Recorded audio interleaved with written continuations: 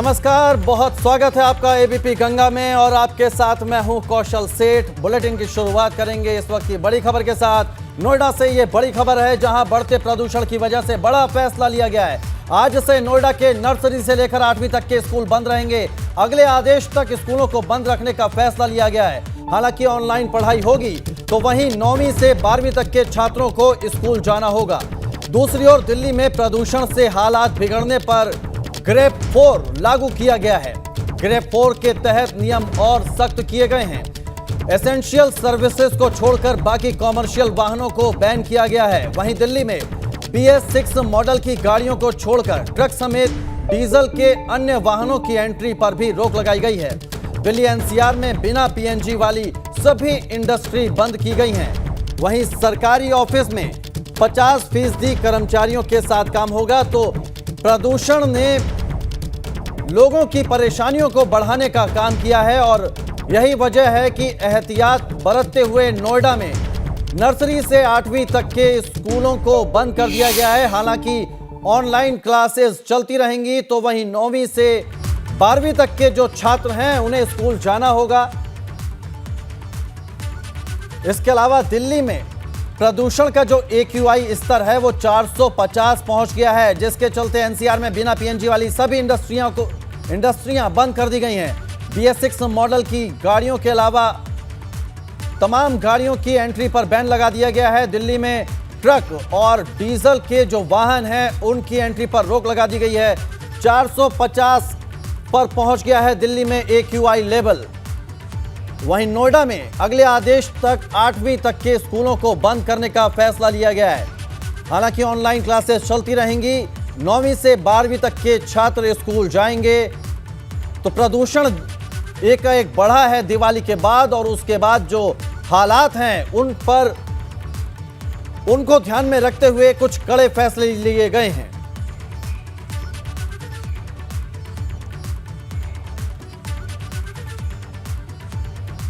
दिल्ली में दिवाली के बाद से दिल्ली से सटे इलाकों में प्रदूषण ऐसा बढ़ा कि अब वो कम होने का नाम नहीं ले रहा है। हर दिन एयर क्वालिटी इंडेक्स बढ़ता जा रहा है। कहीं ये आंकड़ा 300 के पार दर्ज हो रहा है तो कहीं 400 के पार। नोएडा और ग्रेटर नोएडा में भी हालात बेहद खराब हैं। इसके अलावा गाजियाबाद की स्थिति भी चिंताजनक हो गई है। ये रिपोर्ट देखिए।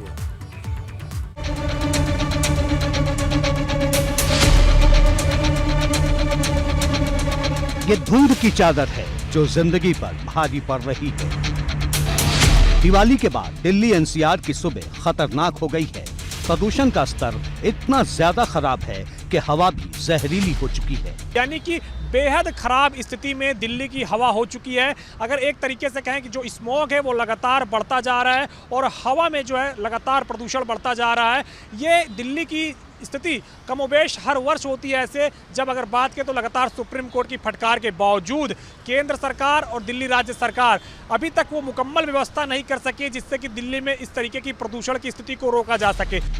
दिल्ली में गुरुवार को AQI 450 से ज्यादा रहा, जो खतरनाक से भी ज्यादा है। कहीं प्रदूषण की मोटी चादर थी तो कहीं दिन में ही धुंध नजर आ रही थी। बात करें तो लगातार एयर क्वालिटी इंडेक्स खराब हो रही है।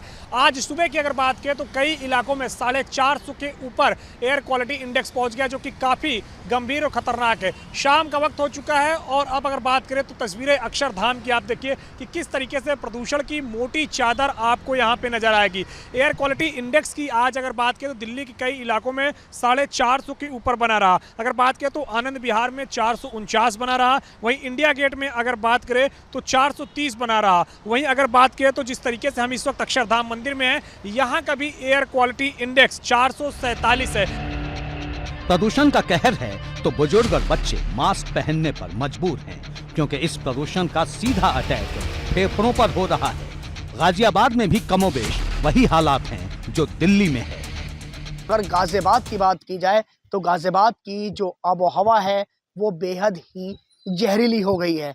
अगर एयर क्वालिटी इंडेक्स की बात की जाए तो 409 पहुंच गया है गाजियाबाद का एयर क्वालिटी इंडेक्स। यहाँ पर जो मशीन है वो मशीन यहाँ पर इस समय लगी हुई है जो कि नापती है कि कितना पॉल्यूशन किस एरिया में है। अगर बात की जाए इंदिरापुरम क्षेत्र की तो इंदिरापुरम में इस समय 406 एयर क्वालिटी इंडेक्स पहुंच गया है। अगर कुल मिलाकर दिल्ली एनसीआर में प्रदूषण का कहर देखा जा रहा है।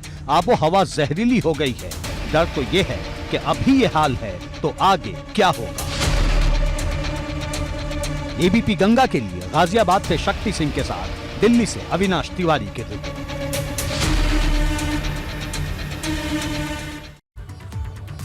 चलिए आगे बढ़ते हैं और मुख्यमंत्री योगी आदित्यनाथ की बात कर लेते हैं। आज फिर हिमाचल प्रदेश के दौरे पर रहेंगे सीएम योगी आदित्यनाथ। हिमाचल प्रदेश में 3 चुनावी सभाओं को संबोधित करेंगे सीएम।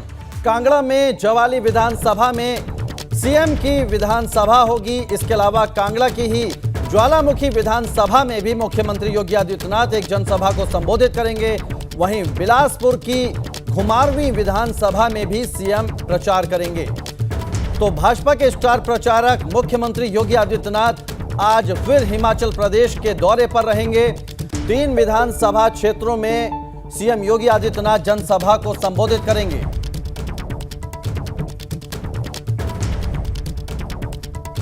तो हिमाचल प्रदेश में 3 चुनावी सभाओं को संबोधित करेंगे सीएम।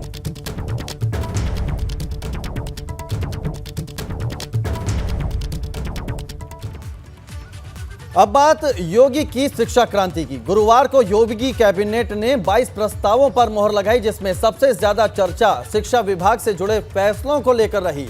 जहां सरकार ने फैसला किया कि अब माध्यमिक और बेसिक शिक्षा का महानिदेशक एक ही होगा। सरकार का कहना है कि इस फैसले से शिक्षा व्यवस्था बेहतर होगी।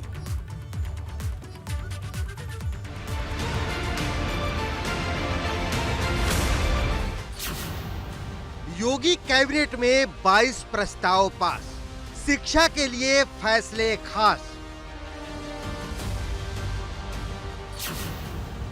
1 ट्रिलियन का सपना क्या जल्द होगा अपना। उत्तर प्रदेश में फिर एक बार योगी कैबिनेट की चर्चा है। फिर एक बार योगी सरकार ने भविष्य को ध्यान में रखते हुए कुछ फैसले लिए हैं, क्योंकि गुरुवार को मुख्यमंत्री योगी आदित्यनाथ की अध्यक्षता में लोक भवन में कैबिनेट की बैठक हुई। इस दौरान 22 अहम फैसलों पर मुहर लगी, जिसमें तय हुआ कि अब माध्यमिक और बेसिक शिक्षा का महानिदेशक अब एक होगा। सरकार इस फैसले से शिक्षा व्यवस्था बेहतर होने की बात कह रही है। इन फैसलों के साथ सरकार ने 3 प्राइवेट यूनिवर्सिटी के निर्माण के लिए भी हरी झंडी दे दी है। लेकिन बड़ा सवाल ये है कि क्या सरकार बढ़ती फीस पर भी कोई एक्शन लेगी, क्योंकि प्रयागराज में लंबे समय से छात्र 4 गुना फीस का विरोध कर रहे हैं, लेकिन अभी तक कोई सुनवाई नहीं हुई है।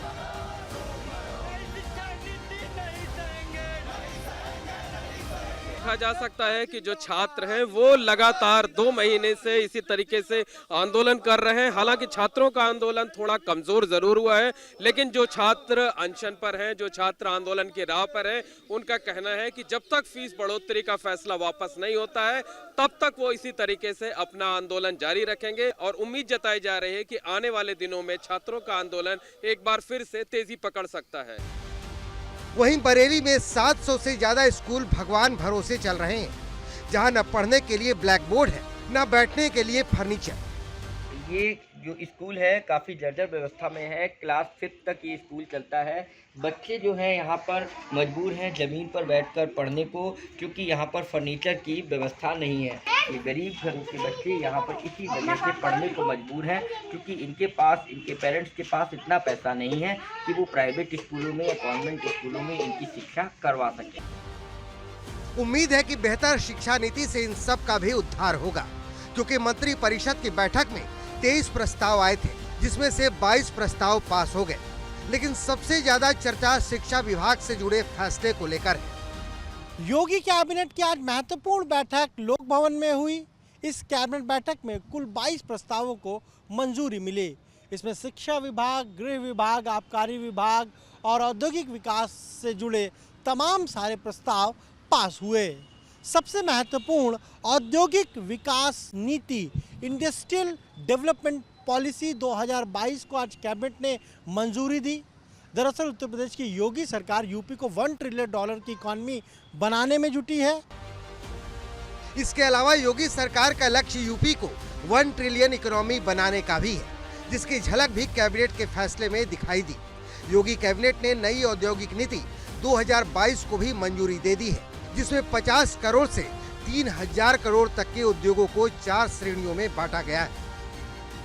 इस नई नीति के तहत अब उत्तर प्रदेश में बड़े उद्योग यानी 50 करोड़ से लेकर 3000 करोड़ तक के जो उद्योग होंगे उन्हें 4 अलग अलग कैटेगरी में बांटा गया है और साथ ही साथ किस तरह से सब्सिडी दी जाएगी उसे भी 4 अलग अलग कैटेगरी में बांटा गया है। मतलब एकदम साफ है, योगी सरकार ने भविष्य को ध्यान में रखते हुए एक लकीर खींची है। अब ये उत्तर प्रदेश का कितना भविष्य बदलती है ये देखना होगा। लखनऊ से अनुभव शुक्ला, एबीपी गंगा।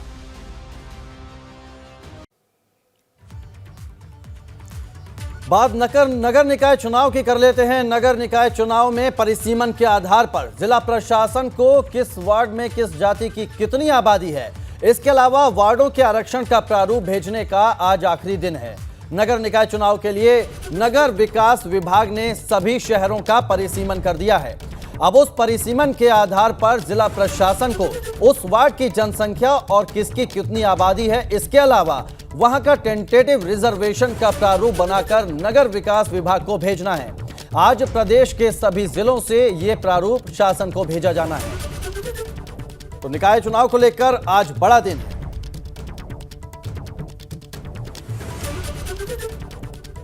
परिसीमन के आधार पर जिला प्रशासन को टेंटेटिव रिपोर्ट भेजनी है। किस वार्ड में कितनी जनसंख्या है, यह रिपोर्ट आज शासन को भेजी जानी है। वार्ड में किस जाति की कितनी आबादी है, इसकी रिपोर्ट भी भेजने का आज आखिरी दिन है। आरक्षण का प्रारूप बनाकर नगर विकास विभाग को भेजना होगा जिला प्रशासन को।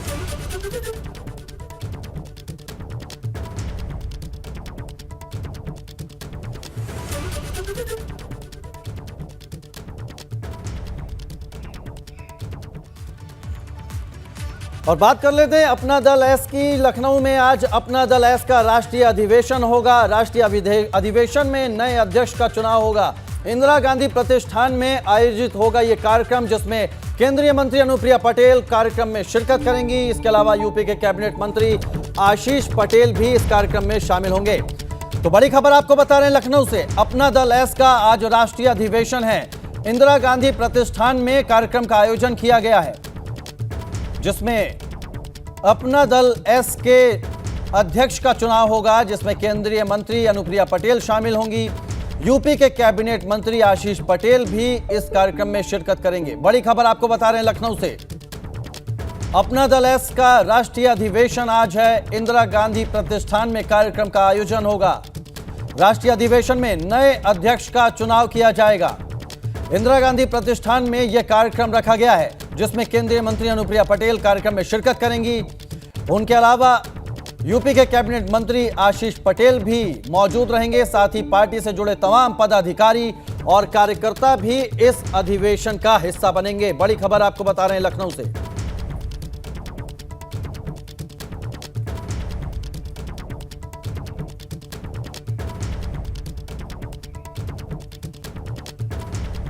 तो आज अपना दल एस का राष्ट्रीय अधिवेशन है लखनऊ में। इंदिरा गांधी प्रतिष्ठान में कार्यक्रम का आयोजन होगा।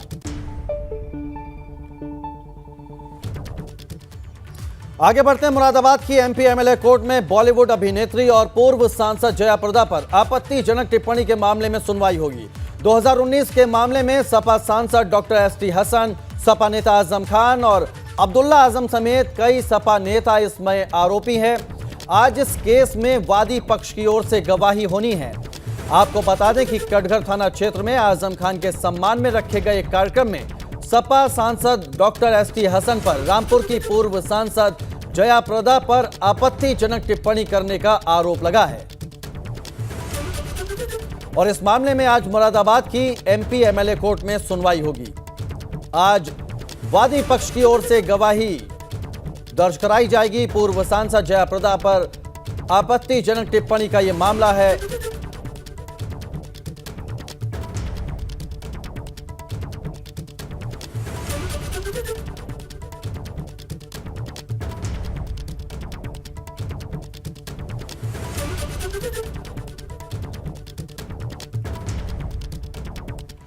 आगे बढ़ते हैं। मुजफ्फरनगर की खतौली विधानसभा से भाजपा विधायक विक्रम सैनी ने आरएलडी अध्यक्ष जयंत चौधरी पर पलटवार किया है। विक्रम सैनी का कहना है कि एमपी एमएलए कोर्ट से उन्हें 2 साल की सजा हुई है, जबकि सुप्रीम कोर्ट के निर्देश के मुताबिक 2 साल से ऊपर की सजा में विधानसभा सदस्यता रद्द होने का प्रावधान है। आजम खान को 3 साल की सजा हुई, इसलिए उनकी विधानसभा सदस्यता रद्द हो गई। उनकी विधायकी पर फिलहाल कोई खतरा नहीं है। कहा है कि आजम खान को 3 साल की सजा हुई, उनकी विधानसभा सदस्यता चली गई, तो विक्रम सैनी की भी चली जानी चाहिए। प्रावधान ये है और सुप्रीम कोर्ट के द्वारा किया गया है कि 2 साल से ऊपर जिसको सजा होती है उसकी सदस्यता रद्द होती है, ना कि 2 साल वाली। ये 2 साल की सजा हुई है, सदस्यता मेरी बरकरार है, उससे कोई खतरा नहीं। आजम खान ने रामपुर में जिस जौहर यूनिवर्सिटी का निर्माण करवाया है वो पढ़ाई से ज्यादा विवादों में रहती है। कभी वहां से कथित तौर पर चोरी की किताबें मिलती हैं तो कभी जमीन में दबी हुई सरकारी सफाई मशीन। हालात ये है कि यूनिवर्सिटी में बड़ी संख्या में पुलिसकर्मियों की तैनाती है, लेकिन ये तैनाती यूनिवर्सिटी के कुलपति को चुभ गई है। यूनिवर्सिटी के कुलपति ने सीएम योगी को शिकायती पत्र लिखा है और उन्हें यूनिवर्सिटी आने का न्योता दिया है।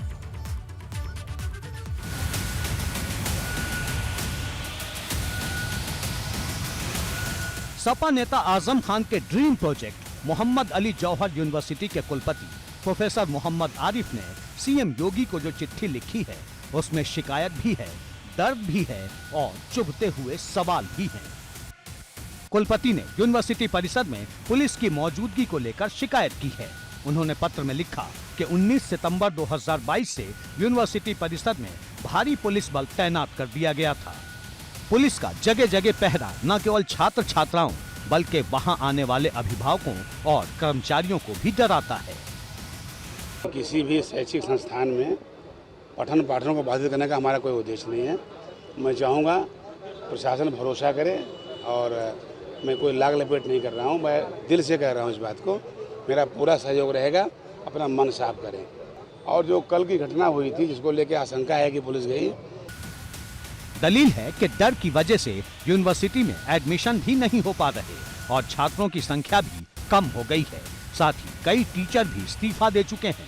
कुलपति ने चिट्ठी में लिखा कि 22 अक्टूबर को जब डीएम को ज्ञापन दिया गया था तो 30 अक्टूबर को पुलिस परिसर से हट गई, लेकिन 31 अक्टूबर को फिर पुलिस बल की तैनाती हो गई। चिट्ठी में सीएम योगी की तारीफ की गई और उन्हें प्रदेश का ओजस्वी मुखिया बताया गया है। साथ ही सीएम को जौहर यूनिवर्सिटी आने के लिए निमंत्रित किया गया है। कुलपति ने कहा कि अगर सीएम योगी यूनिवर्सिटी पहुंचेंगे तो ये उनके लिए सौभाग्य की बात होगी। दरअसल आजम की जौहर यूनिवर्सिटी से कई ऐसी चीजें मिल चुकी हैं जिसे चोरी का बताया गया है और यही वजह है कि पुलिस की नजर हमेशा आजम की इस यूनिवर्सिटी पर रहती है। पीछे जो गतिविधियाँ रही हैं, मैं ये भी स्पष्ट कर दूँ कि पठन पाठन का मेरा पूरा समर्थन है, लेकिन यूनिवर्सिटी की आड़ में कोई गलत गतिविधि संचालित होगी तो हम उसे कतई नहीं बर्दाश्त करेंगे। तो उधर से भी सफाई हो, इधर से भी सफाई हो, सहयोग दोनों तरफ से हो। आपने देखा है इतिहास जो वहाँ का क्या क्या रिकवर हुआ है, तो इसलिए वहाँ पुलिस गई थी। ऐसा होगा तो फिर जाएगी, लेकिन मैं दरख्वास्त करता हूँ कि वहाँ ऐसी किसी गलत कार्य को छिपाने का अड्डा न बनाया जाए। आजम ने रामपुर में जिस यूनिवर्सिटी को खड़ा किया उसे रामपुर की सबसे विवादित जगह कहा जा रहा है और इसका विवाद इतनी जल्दी खत्म होता भी नहीं दिखाई दे रहा। एबीपी गंगा के लिए ब्यूरो रिपोर्ट। चलिए और इस वक्त एक बड़ी खबर आ रही है प्रयागराज से। जिले में डेंगू के मामले में बढ़ते मामलों को लेकर हाईकोर्ट में आज सुनवाई होगी। आज कोर्ट के सामने डीएम, सीएम और नगर आयुक्त पेश होंगे। डेंगू की रोकथाम के लिए उठाए गए कदमों की रिपोर्ट अधिकारी कोर्ट में पेश करेंगे। चीफ जस्टिस की कोर्ट में सुबह 10:30 बजे सुनवाई हो सकती है। हाईकोर्ट ने मामले का संज्ञान लेते हुए अधिकारियों को तलब किया था और आज प्रयागराज जिले के जो अधिकारी हैं वो डेंगू की रोकथाम को लेकर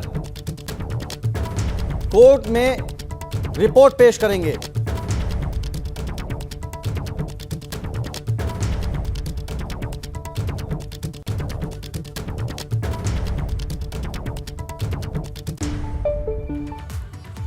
दिवाली के बाद से डेंगू कहर मचा रहा है। हर दिन आंकड़ा बढ़ता जा रहा है। गुरुवार को सरकार की तरफ से डिप्टी सीएम ब्रजेश पाठक ने दावा किया कि यूपी में अभी तक डेंगू के सिर्फ 7,000 मामले आए हैं, लेकिन दूसरे शहरों के आंकड़े सवाल उठा रहे हैं। वहीं एक सवाल अखिलेश यादव ने भी उठाया है, लेकिन सबको इंतजार है इलाहाबाद हाईकोर्ट के फैसले का, जिसने खुद से संज्ञान लेते हुए डीएम सीएमओ से जवाब मांगा है। मतलब डेंगू को लेकर लापरवाही बर्दाश्त नहीं होगी। डेंगू का डेथ वारंट, लापरवाही का अंडर करंट, मायावी मच्छर का कहर, शहर शहर फैल रहा जहर। एक तरफ पॉल्यूशन दम घोट रहा है, दूसरी तरफ डेंगू के मामले थमने का नाम नहीं ले रहे हैं। हालात बेकाबू होते जा रहे हैं। वहीं सवाल डेंगू के आंकड़ों का भी है। दावा किया जा रहा है कि जो आंकड़े बताए जा रहे हैं, असल आंकड़े उससे कहीं ज्यादा हैं। और इन्हीं आरोपों पर अब डिप्टी सीएम ब्रजेश पाठक ने सफाई देते हुए कहा है कि 1 जनवरी से अब तक सिर्फ 7,000 मामले आए हैं।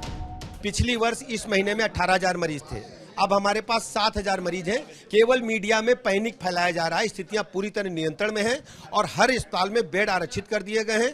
पूरी तरह से प्रशासन लगा हुआ है और हमारी जिम्मेदारी राउंड द क्लॉक हम लोग काम कर रहे हैं। लेकिन अब डेंगू की बीमारी पर सियासत शुरू हो चुकी है। अखिलेश का आरोप है कि जहां भाजपा के मेयर और चेयरमैन हैं, वहीं हालात ज्यादा बिगड़े हैं। अखिलेश ने तंज कसते हुए कहा है कि पता नहीं मुख्यमंत्री की मशहूर 11 और 9 टीमें कहां बिजी हैं। लेकिन ये किसी के गले नहीं उतर रही है। पिछले साल यूपी में डेंगू के 29,750 केस आए थे और इस बार ये आंकड़ा 7,000 ही है। अब तक केवल 9 डेथ रिपोर्ट हुई है और पिछले साल 2021 में पूरे वर्ष में 24,459 केस रिकॉर्ड हुए थे डेंगू के और टोटल पूरे एक वर्ष में 23 डेथ हुई थी। तो हम उम्मीद करते हैं कि इस बार जिस तरह से अभी हमारा बेहतर है, केसेस भी कम है, डेथ भी कम है, तो ऐसे ही अगर रहेगा कंट्रोल तो अगले 15 दिन तक वैसे भी डेंगू का सीजन लगभग समाप्त होने की संभावना में दिखती है। वहीं अलग अलग शहरों के अस्पतालों की आ रही तस्वीर सवाल उठा रही है। लोगों में डेंगू की दहशत फैलती जा रही है। मुरादाबाद में डेंगू के मामले अक्टूबर के मुकाबले 50% बढ़ गए हैं। जहां अक्टूबर में डेंगू के मामले 63 थे, वो अब 111 हो चुके हैं। जनपद में लगभग 111 केस अभी हमारे जो कंफर्म डेंगू केसेस यहाँ पे हमें रिपोर्ट हुए हैं, उसमें से लगभग संभवतः मैं समझता हूँ कि 90% मरीज हमारे रिकवर हो चुके हैं। 5-6 पेशेंट हमारे जिला अस्पताल में अभी इस समय मौजूद भर्ती हैं, लेकिन उसमें भी कोई इस तरह की कोई चीज़ नहीं कि वो खतरे में हो। वो भी स्वस्थ 1-2 दिन में होकर घर चले जाएंगे।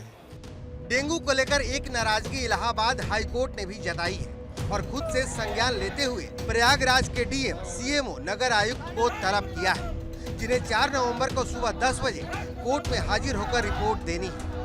प्रयागराज में अब तक 1,000 लोगों की एलाइजा रिपोर्ट पॉजिटिव आ चुकी है, जबकि 6 लोग मौत का शिकार हुए हैं। हालांकि ये सरकारी आंकड़े जमीनी हकीकत से कोसों दूर हैं। इलाहाबाद हाईकोर्ट ने भी माना है कि अधिकारी ग्राउंड जीरो पर काम करने के बजाय आंकड़ों की बाजीगरी में लगे हुए हैं। हाईकोर्ट ने इस मामले में सुओ मोटो लेते हुए अफसरों को कड़ी फटकार लगाई है और कई अधिकारियों को शुक्रवार को अदालत में तलब भी कर लिया है। मतलब एकदम साफ है, डेंगू का डंक धीरे धीरे पूरे प्रदेश में फैलता जा रहा है और अब सबकी नजर हाई कोर्ट पर टिकी हुई है, क्योंकि अगर हाई कोर्ट ने कोई हार्ड लाइन ले ली तो इसको लेकर सियासत भी हार्ड हो जाएगी। Bureau report, ABP Ganga.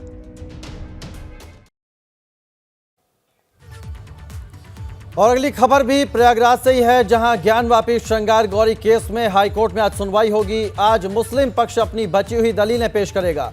मुस्लिम पक्ष के बाद दूसरे पक्षकार भी कोर्ट में अपनी बात रखेंगे। आपको बता दें कि मुस्लिम पक्ष ने 1991 के प्लेसेज ऑफ वर्शिप एक्ट का हवाला दिया था। दोपहर 2 बजे जस्टिस जे मुनीर की सिंगल बेंच में सुनवाई होगी। वाराणसी जिला जज की कोर्ट से आपत्ति खारिज होने पर मुस्लिम पक्ष ने हाई कोर्ट में याचिका दी थी, जिस पर आज सुनवाई होगी। गुरुवार को भी सुनवाई हुई थी और आज भी यह सुनवाई जारी रहेगी। मुस्लिम पक्ष अपनी बची हुई दलीलें आज पेश करेगा और मुस्लिम पक्ष के बाद जो दूसरे पक्षकार हैं वो भी हाई कोर्ट में अपनी बात रखेंगे। बड़ी खबर आपको बता रहे हैं प्रयागराज से।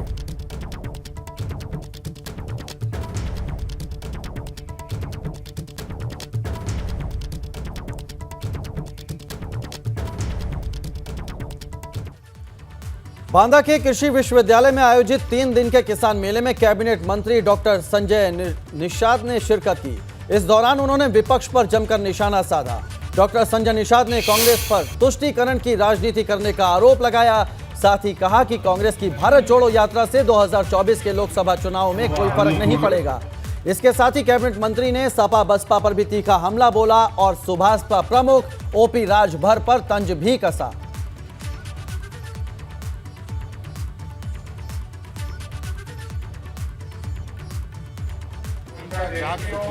कि कांग्रेस ने के साथ क्या किया, अंग्रेजों के साथ क्या किया, क्या क्या तुष्टीकरण नीति अपनाई, कैसे भेदभाव किया, कैसे लोगों के साथ अन्याय किया, किस तरीके से जातियों को बर्बाद किया। सपा बसपा एक हो गई थी 2019 में।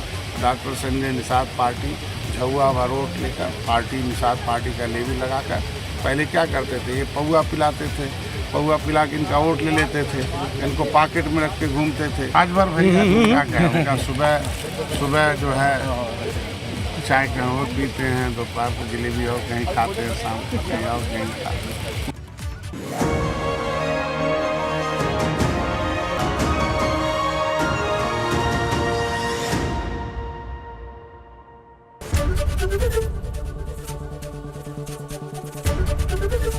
एबीपी गंगा, खबर आपकी, जुबान आपकी।